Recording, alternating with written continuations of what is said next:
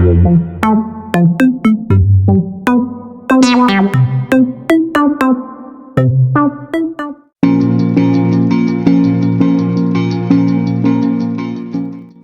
dan tragedi G30S serta pembantaian masa PKI.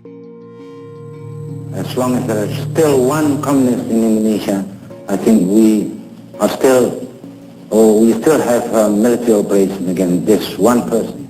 Well, Soeharto gave the order to clean up everything, to every commander who was under his organization. So this is what I did. I ordered all my people to send patrols out and captured everybody in the PKI post. Gerakan 30 September menjadi peristiwa penting, hanya karena Soeharto dan para perwira di sekitarnya pada awal Oktober 1965, memutuskan untuk membuat peristiwa itu menjadi penting. Mereka mengeраmatkan G30S.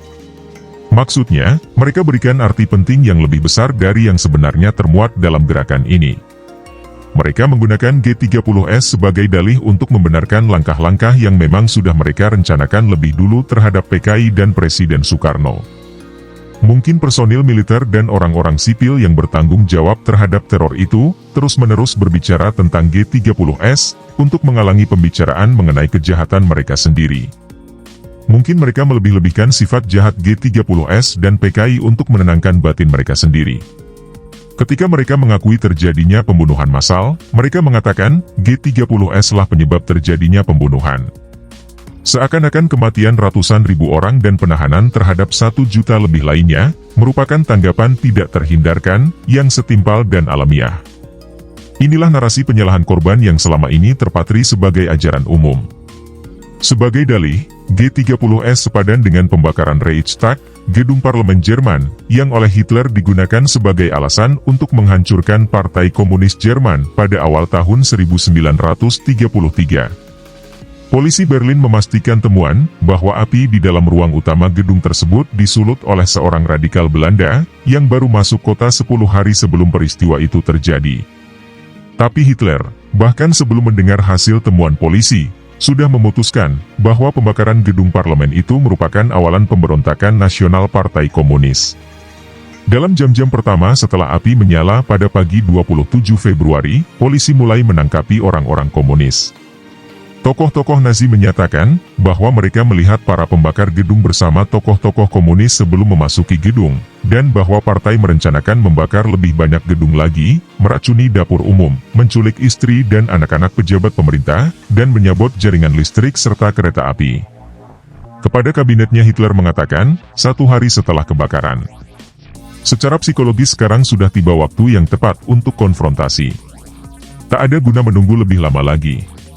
Puluhan ribu anggota Partai Komunis ditangkap selama pekan-pekan berikutnya, dan ditahan di kamp-kamp konsentrasi Nazi yang pertama, seperti misalnya kamp konsentrasi Dachau. Kebakaran Reichstag merupakan dalih yang sangat tepat, untuk membenarkan penggempuran yang sudah direncanakan oleh kaum anti-komunis Nazi. Suasana krisis yang direkayasa membuka pintu bagi mereka untuk mengesahkan undang-undang yang mencabut banyak pasal-pasal konstitusi, dan dengan begitu mencabut hak-hak sipil semua orang Jerman.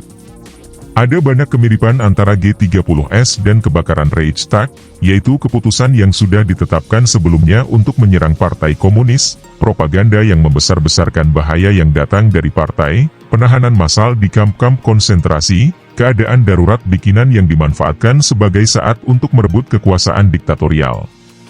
Namun begitu, analogi ini tidak tepat benar. Dalam kasus G30S, Ketua PKI bagaimanapun juga terlibat. DN Aidit berada di pangkalan Aweri Halim, dan beberapa personil PKI ikut berperan serta.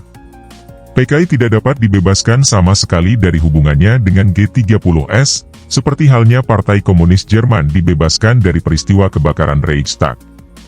Namun, apapun hubungan antara PKI dan G30S, tidak dengan sendirinya memadai untuk membenarkan kekerasan terhadap siapapun yang berkaitan dengan partai.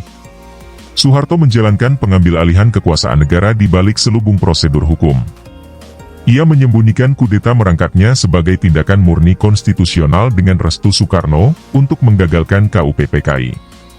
Soeharto tetap mempertahankan Soekarno sebagai presiden di atas kertas, sampai Maret 1967, 1,5 tahun setelah ia kehilangan kekuasaan efektifnya.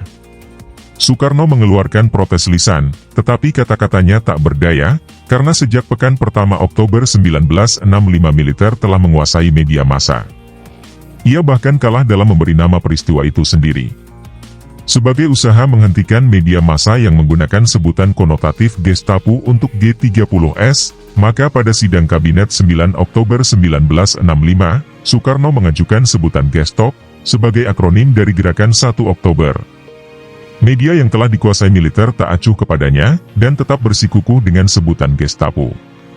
Walaupun Soekarno menyadari bahwa militer berangsur-angsur menggerogoti kekuasaannya, ia menahan diri dan tidak melancarkan tentangan secara serius.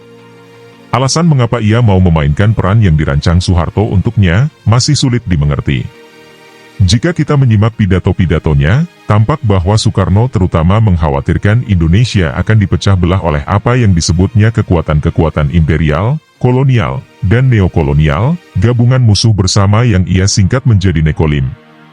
Soekarno khawatir bahwa jika ia berusaha menggalang pendukungnya melawan Soeharto, akan terbuka jalan bagi perang saudara tak terkendali yang malah akan menguntungkan Nekolim. Dalam kekacauan serupa itu, Indonesia akan terbagi menjadi negeri kecil-kecil, lalu Amerika Serikat, Inggris, Belanda, dan negara-negara lain akan datang untuk menancapkan kawasan pengaruh masing-masing. Karena obsesinya terhadap kesatuan negerinya, Soekarno tampaknya percaya bahwa pertumpahan darah, betapapun mengerikan, masih lebih baik daripada Indonesia sebagai negara bangsa musnah dan kembali ke kekuasaan asing. Ia memilih memenuhi kemauan Soeharto, membiarkan wewenangnya digerogoti, dan akhirnya keluar dari istana tanpa perlawanan. Bahkan di masa pasca Soeharto, kebanyakan orang Indonesia tidak mengetahui bagaimana sesungguhnya Soeharto naik ke tampuk kekuasaan. Sekarang ia dikutuk karena korupsi dan keserakahannya yang mencengangkan, tapi bukan karena penggambarannya tentang G30S yang tidak benar, dan pembunuhan massal yang dilakukannya. Jejak berdarah yang mengawali kekuasaannya hampir tidak pernah diamati dengan kritis dan cermat. Rezim Soeharto membangun sebuah dunia fantasi tersendiri, yang unsur-unsurnya, terutama yang berkaitan dengan peristiwa tahun 1965, terbukti masih bertahan gigih untuk tampak sebagai kebenaran abadi bagi bangsa Indonesia. Peninjauan kembali terhadap awal kelahiran sang rezim, yakni perebutan kekuasaan tak masuk akal oleh Soeharto, meminjam istilah Pascal, sudah lama tertunda.